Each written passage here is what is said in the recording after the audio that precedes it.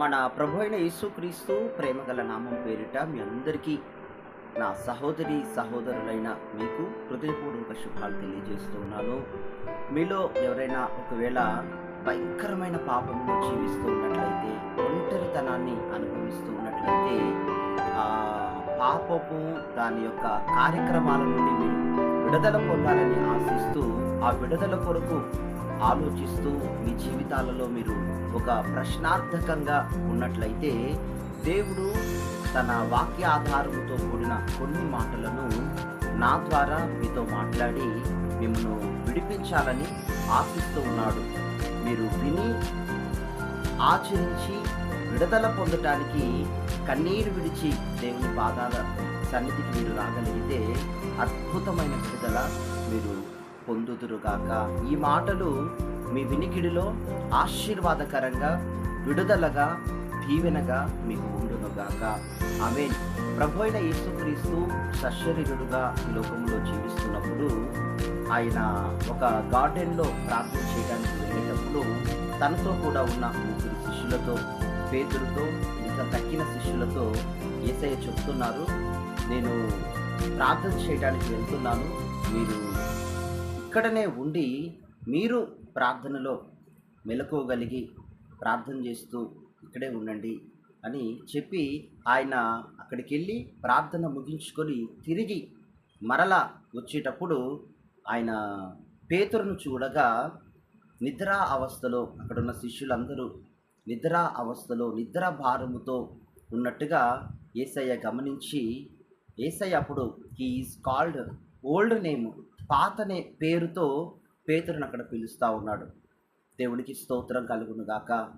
అట్లా మన వ్యక్తిగత జీవితాల్లో మనము చేస్తున్న పాపమును బట్టి, దొంగతనం కావచ్చు, ఇతరుల సొమ్మును ఆశించటం కావచ్చు, మనం ఒక పాపాన్ని జరిగిస్తూ ఉండగా మన మనస్సాక్షి ఎంతో వేదన, ఎంతో మనోవేదనకు గురి అవుతుంది. పాపము చేసిన తరువాత ప్రపంచంలో ఎవ్వడు పడని భయంకరమైన బాధ మన మనస్సాక్షి మనలో ఉండి బాధపడుతూ, మరి మనము కూడా బాధపడే విధంగా మరి పరిస్థితి విచారంగా ఉంటుంది. ప్రియ దేవుని బిడ్డ, పాపము చేస్తున్నాము, ఆ తర్వాత మరొక వైపు నుండి సవరించుకోవాలనుకుంటున్నాము, ఆ భాగములో రిగ్రెట్ అవుతున్నాం. అవును, నేను చేసింది తప్పు కదా, అట్లా మాట్లాడకుండా ఉండాల్సింది, నేను ఆ రోజు అట్లా బిహేవ్ చేయకూడదు, అసలు నా ఉద్దేశం కాదు, కానీ బై మిస్టేక్ అది అలాగా ఆ రోజు జరిగిపోయింది, ఒక తప్పు అయితే జరిగిపోయింది అనని రిగ్రెట్ అవుతున్నాం.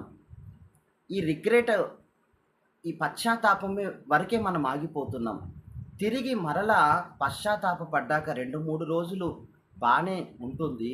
ఆ తర్వాత మరలా సాతానుగాడు అదే ఆలోచనలు, అదే తాపము, అదే నీడ, మరలా అక్కడికే వెళ్తున్నాం.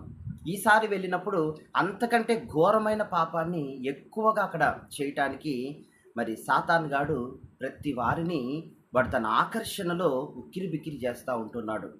కానీ దేవుని వాక్యం ఏమంటుందంటే, మనం పడటం వరకే కాదు, రిగ్రెట్ అవ్వటం వరకే కాదు. కొందరు రిగ్రెట్ అవ్వటమే అది గొప్పగా అనుకుంటూ ఉంటారు. కానీ సాతానుగాడు కూడా మన ద్వారా పాపము జరిగిస్తూ రిగ్రెట్ అనేది వాడు అతిశయింపజేస్తాడు. రిగ్రెట్ కూడా ఎవరవుతారండి? నేను చేసింది తప్పే కదా అని తన మనస్సాక్షులు తాను ఎవరు చెప్పుకుంటారండి? మరి నేను చెప్పుకుంటున్నాను, అది నా గొప్పతనమే కదా అని అతిశయపడేలా చేస్తాడు. అక్కడ తప్పును మనం గుర్తుపట్టుకోవాలి. మరలా అదే పాపములోకి, మరలా అదే దొంగతనంలోకి, మరలా అదే బూతు మాటలు, మరలా అదే వ్యసనం, మరలా అదే భయంకరమైనటువంటి పాపములో జీవిస్తూ ఉన్న అనేకులు ఉన్నారు. అయితే వారి విడుదల కొరకు చూడండి, లోకము చెప్పినట్లుగా నడిస్తే, మనుషులు చెప్పినట్లుగా నడిస్తే నీకు మిగిలేది శోకము, విషాదము, దుఃఖకరము, ఆయాసము, మరణము. దేవుడు సర్వశక్తి గల దేవుడు, ఆయన విడిపించడానికి ఎప్పుడు సంసిద్ధత కలిగి ఉండే దేవుడు, ఆయన విడిపించే దేవుడు. విడిపించడానికి సంసిద్ధత కలిగి ఉండే దేవుడు. ఆయన వద్దకు వచ్చి ఆయనను ఆశ్రయిస్తే ఆయన క్షమాపణనిచ్చే దేవుడు. క్షమాపణ తరువాత మరలా మిక్కిలి విలువైన జీవితాన్ని చేయటానికి జ్ఞానమునిచ్చే దేవుడు.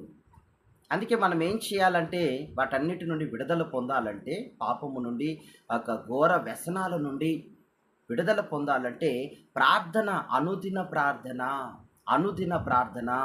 ఉదయకాలం లేవగానే ప్రార్థన, సాయంకాలం వేళ లేవగానే ప్రార్థన. నీవు ప్రార్థన చేస్తున్నప్పుడు ఏం జరుగుతుందయ్యా అనంటే, నీలో ఒక లీడింగ్ స్టార్ట్ అవుతుంది. ఆ లీడింగ్ ద్వారా నువ్వు మంచి పనులు, విలువైన పనులు చేయడానికి టైం వేస్ట్ కాకుండా చక్కగా నీ ఆయుష్ని వినియోగించుకోవటానికి అవకాశం ఉంటుంది.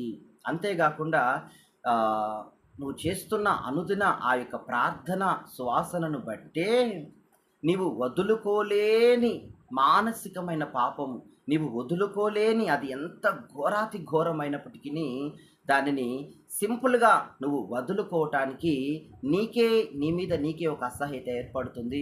ఆ పాపము మీద నీకే ఒక పట్టుదల ఏర్పడుతుంది. నీవు విజయమును పొందటానికి దేవుడు నీకు కృపను, జ్ఞానమును దినదినము అనుగ్రహిస్తాడు.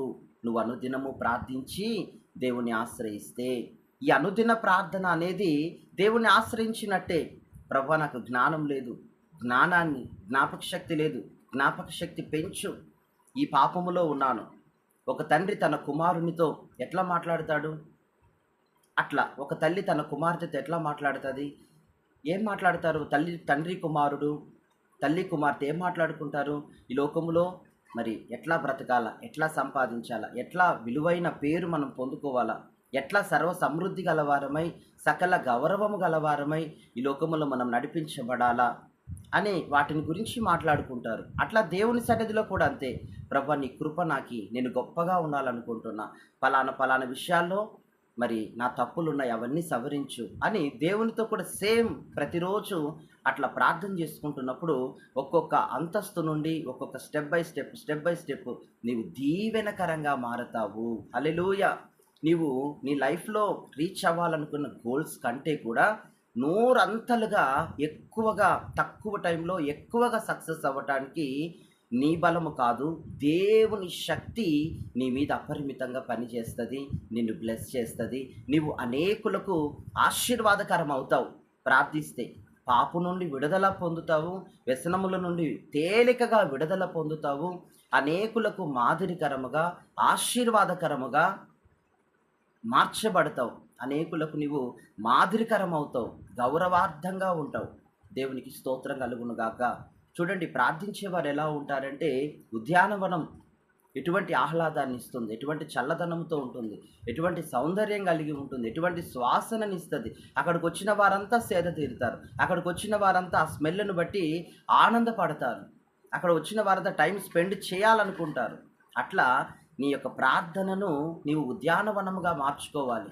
మొదటి రోజు నీకు కొంచెం కష్టం అనిపిస్తుంది కూర్చోవటం, కానీ దానిని అలవాటుగా చేసుకొని దేవునితో అలా నీ సమయాన్ని గడిపినప్పుడు నీ జీవితము, దేవునితో నువ్వు గడిపే సమయము నీకు ఆశీర్వాదకరంగాను, ఒక ఉద్యానవనముగాను మార్చబడుతుంది. దేవునికి స్తోత్రం కలుగునుగాక. వాక్యములో మనం అనేక విషయాలను మనం తెలుసుకుంటాం. మనం ప్రార్థించినప్పుడు మన చేస్తున్న పాపం ఏదైతే వాటి మీద సంపూర్ణ విజయం పొందుతాము. క్రమక్రమంగా దేవుడు మనలను ఆశీర్వదిస్తారు. చూడండి, మార్పు అనేది ఓవర్ నైట్లో రాదు. ఓవర్ నైట్లో వస్తే అది విజయమే కాదు, సక్సెస్సే కాదు. అది ఒకవేళ అట్లా వచ్చినా తిరిగి మరలా కింద పడిపోతాం. ఎంత ఎత్తు ఎదిగినా అట్లా అక్రమంగా తిరిగి కింద పడిపోతాం. మార్పు అనేది దేవుడు క్రమక్రమంగా కలగజేస్తేనే అది సరి అయిన మార్పు. పేతురుని మనం చూసినప్పుడు, యేసయ్య గమనించినప్పుడు అతడు నిద్రలోనే ఉన్నాడు. చాలామంది ఇటువంటి పాపములోనే, ఘోరమైన వ్యసనములోనే, మానుకోలేని విధానములోనే, అతిశయించేడి వారిగానే, సిగ్గునందాల్సిన విషయాల్లో, బాధపడాల్సిన విషయాల్లో అతిశయించే వారిగానే సాతానుడు మనలను మభ్య పెడుతూ ఉన్నాడు. అందుకే ప్రార్థనలో మనం సంపూర్ణంగా ఉండాలి. చూడండి, రోజు అంత తినేవాడు మరి సడన్గా ఈరోజు ఇంత తింటే అది వెలితి అనిపిస్తుంది. అట్లా మనలో లెస్ ప్రేయర్ ప్రార్థన తగ్గినప్పుడు కూడా తిరిగి మన పాత జీవితం వైపు వెళ్ళిపోతాం. ప్రార్థన మనలో ఎప్పుడైతే తగ్గుతుందో ఘోరమైన వ్యసనాల వైపు, ఘోరమైన పాపపు జీవితాల వైపు, మన పాత కక్షలు తీర్చుకోవాలని, పగ తీర్చుకోవాలని, వాళ్ళ మీద కోపం తీర్చుకోవాలని, రకరకాలైనటువంటి లోకానుసారమైన పద్ధతులలో మనం వెళ్ళిపోతూ ఉంటాం. లోకానుసారమైన మర్యాదలు చొప్పున వెళ్ళిపోతూ ఉంటాం. ఆ పాత కట్లు, ఆ పాత అలవాట్లు వద్దకు సాతానుడు మనలను ఆకర్షించుకుంటాడు. అందుకే సంపూర్ణంగా మనం ప్రార్థన చేయాలి. అప్పుడు మన జీవితము, మన పాపాలను మనం హ్యాండిల్ చేయటానికి, తొలగించుకోవటానికి మన జీవితము చాలా మనకు ఈజీగా ఉంటుంది.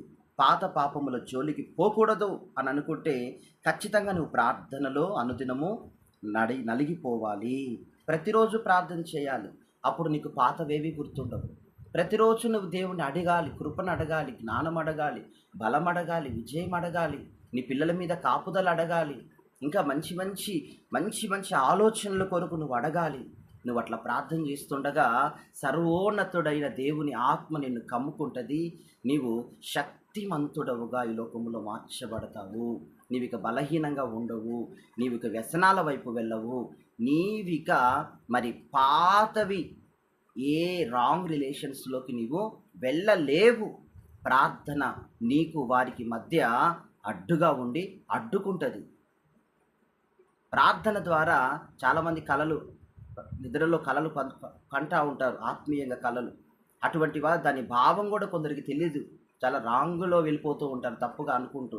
కానీ ప్రార్థన కలిగిన వారు చక్కగా వారి కళకు చక్కగా భావాన్ని కూడా అర్థం చేసుకోవటానికి ప్రార్థనా సహవాసములో దేవుడు ఆ జ్ఞానాన్ని వారికి అందిస్తాడు.